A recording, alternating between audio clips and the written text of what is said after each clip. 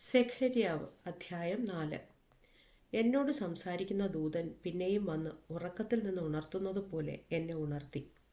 നീ എന്ത് കാണുന്നു എന്നെന്നോട് ചോദിച്ചതിന് ഞാൻ, മുഴുവനും പൊന്നുകൊണ്ടുള്ള ഒരു വിളക്ക് തണ്ടും അതിൻ്റെ തലയ്ക്കൽ ഒരു കുടവും അതിന്മേൽ 7 വിളക്കും, അതിൻ്റെ തലയ്ക്കലുള്ള 7 വിളക്കിന് 7 കുഴലും, അതിനരികെ കുടത്തിൻ്റെ വലത്തുഭാഗത്ത് ഒന്നും ഇടതുഭാഗത്ത് ഒന്നും, ഇങ്ങനെ 2 ഒലിവുമരവും ഞാൻ കാണുന്നു എന്ന് പറഞ്ഞു.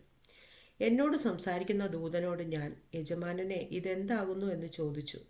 എന്നോട് സംസാരിക്കുന്ന ദൂതൻ എന്നോട്, ഇതെന്താകുന്നു എന്ന് നീ അറിയുന്നില്ലയോ എന്ന് ചോദിച്ചതിന്, ഇല്ല യജമാനനെ എന്ന് ഞാൻ പറഞ്ഞു. അവൻ എന്നോട് ഉത്തരം പറഞ്ഞതെന്തെന്നാൽ, സെരുബ്ബാബേലിനോടുള്ള യഹോവയുടെ അരുളപ്പാടാവിത്, സൈന്യത്താലല്ല ശക്തിയാലുമല്ല എൻ്റെ ആത്മാവിനാലത്രേ എന്ന് സൈന്യങ്ങളുടെ യഹോവ അരുളിച്ചെയ്യുന്നു. സെരുബ്ബാബേലിൻ്റെ മുമ്പിലുള്ള മഹാപർവ്വതമേ, നീ ആർ? നീ സമഭൂമിയായി തീരും. അതിന് കൃപ കൃപ എന്ന ആർപ്പോടുകൂടെ അവൻ ആണിക്കല്ല് കയറ്റും.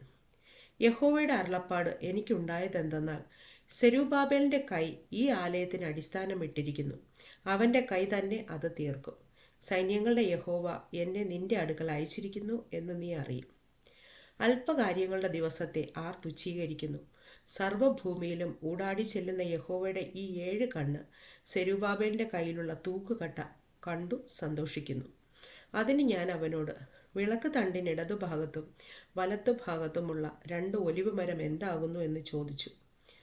ഞാൻ 2 പ്രാവശ്യം അവനോട്, പൊന്നുകൊണ്ടുള്ള 2 നാളത്തിനരികെ പൊൻനിറമായ എണ്ണ ഒഴുകുന്ന 2 ഒലിവ് കൊമ്പ് എന്ത് എന്ന് ചോദിച്ചു. അവൻ എന്നോട്, ഇതെന്താകുന്നു എന്ന് നീ അറിയുന്നില്ലയോ എന്ന് ചോദിച്ചതിന്, ഇല്ല യജമാനനെ എന്ന് ഞാൻ പറഞ്ഞു. അതിന് അവൻ, ഇവർ സർവ്വഭൂമിയുടെയും കർത്താവിൻ്റെ സന്നിധിയിൽ നിൽക്കുന്ന 2 അഭിഷിക്തന്മാർ എന്ന് പറഞ്ഞു.